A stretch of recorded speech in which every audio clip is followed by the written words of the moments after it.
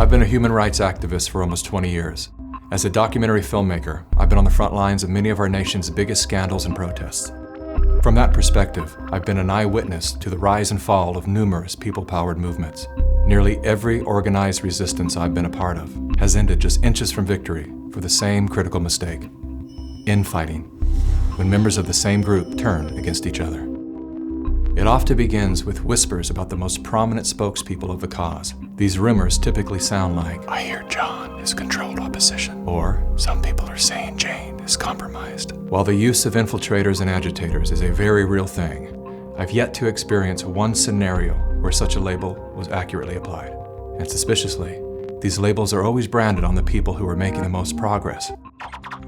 With the degradation of their reputation goes their contribution to your life.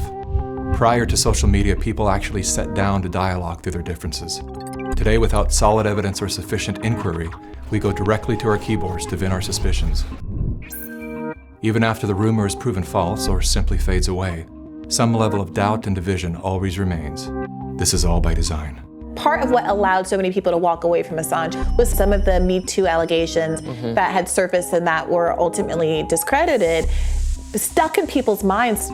The voices of propaganda are masterful at this game.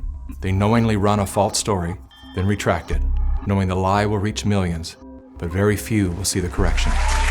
Amy Coney Barrett's religious faith is being called into question again. She belongs to this People of Praise group, which the Southern Poverty Law Center has labeled them a hate group. When I stated that People of Praise had been deemed a hate group, I just got them mixed up with another group. I conflated them. Okay. Yeah. That happens, it's easy to do. In the words of former CIA Director William Casey, "We'll know that our disinformation program is complete when everything the American public believes is false." The planting of divisive rumors is one of the most common tactics used in psychological warfare. As the lies bloom, like worker bees, well-intended citizens pollinate the masses with poisonous disinformation.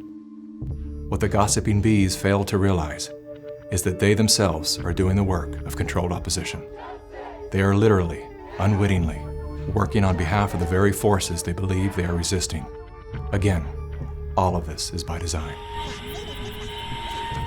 While we've all been distracted by the latest trends and tragedies, everything that has influence on our behavior has been infiltrated by an agenda to control our thoughts.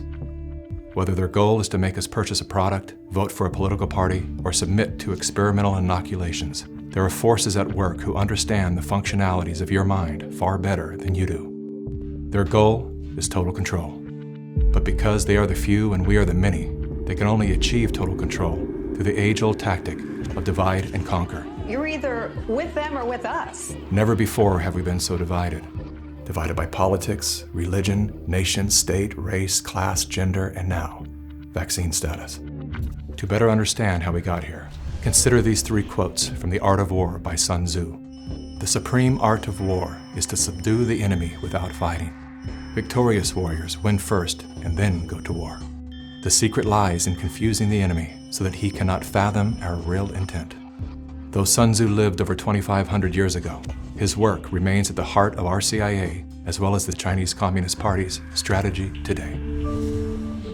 It's no coincidence that around the same era as Sun Tzu, the words "united we stand, divided we fall" were first recorded. It is unity that will save our communities.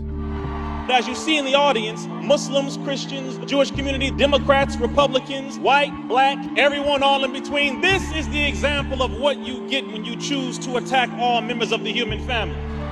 Our greatest power is our numbers, hence the relentless effort to shatter us into broken fragments. As their agendas are being exposed, the dividers will stop at nothing to cover their crimes against humanity. They have bunkers. All we have is each other. The good news is, that's all we need.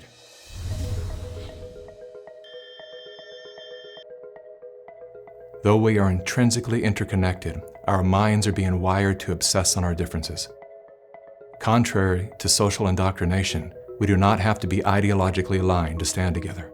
We don't even have to like each other. There is only one thing that we must agree on: that freedom is our birthright. Now is the time to let go of whatever it is you're holding on to that keeps you divided from your friends, family, and fellow humans. Rise above all the micro dramas and distractions to see that a much bigger story is unfolding. Swallow your pride, humble yourself, let it go.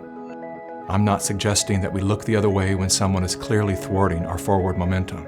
There are people who deserve to be called out by name, especially those who are undermining our trust in each other. But even then, we should remember that there is a human life being affected by our words. We've been so conditioned to believe we are powerless that we've become careless with our power, like toddlers with loaded guns. How many times do we need to shoot our own foot till we realize that the power is in our hands? The only thing that can stop us at this point is us. We've all been lied to, scammed, fooled, tricked, conned, and coerced. Yes, it sucks. But here we are, wiser and stronger than we were just 3 years ago. This is the moment for us to activate our innate ability to create solutions. That can only happen through the awareness of symbiosis, defined as a mutually beneficial relationship between different groups. All of life depends on relationships. Every living thing is in communication, from the stars to the planets, the earth, the plants, the elements, the insects, the animals, the humans, and every cell within us. Real change out there begins with real change inside. The question is, how bad does it have to get before we're willing to change?